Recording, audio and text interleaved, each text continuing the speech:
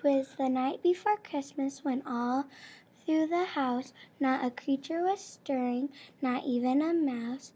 The stockings were hung by the chimney with care, in hopes that St. Nicholas soon would be there.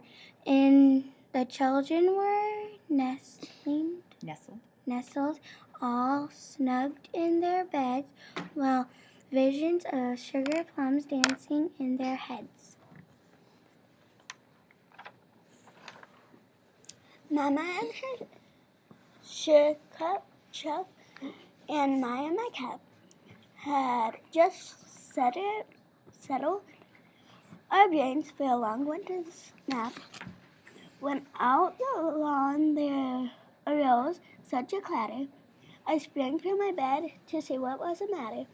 Away to the window I flew like a flash, tore open the shutters and drew up the sash. The moon was abreast of the new fallen snow, gave a lustre of midday to objects below.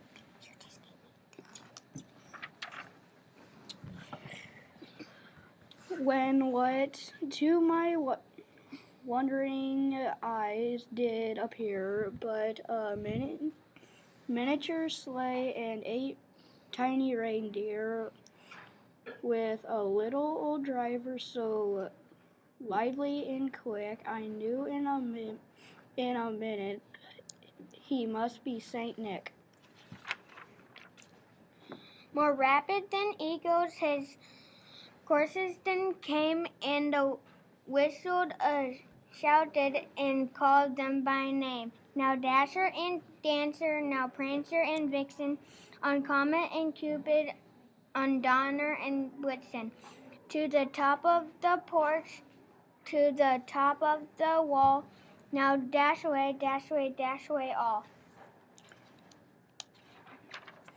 As the leaves that before the wild hurricane fly, when they meet with an obstacle mountain to the sky, so up to the housetop the coursers they flew, with the sleigh full of toys and St. Nicholas too.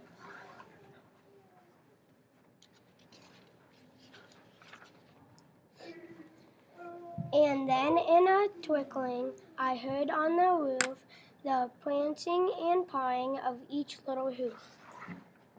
As I drew in my head and was turned around, down the chimney St. Nick came with a bound.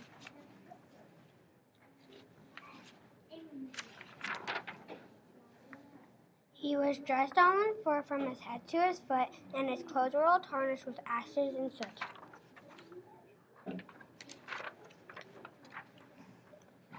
A bundle of toys he had flung on his back, and he looked like a peddler just opening his pack.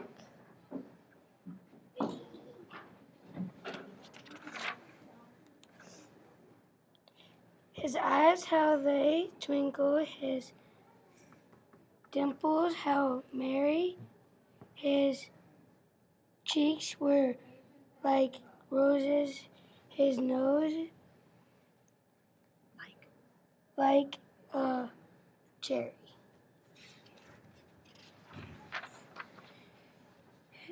His droll little mouth was draw up like a bow, and the beard on his chin was as white as the snow.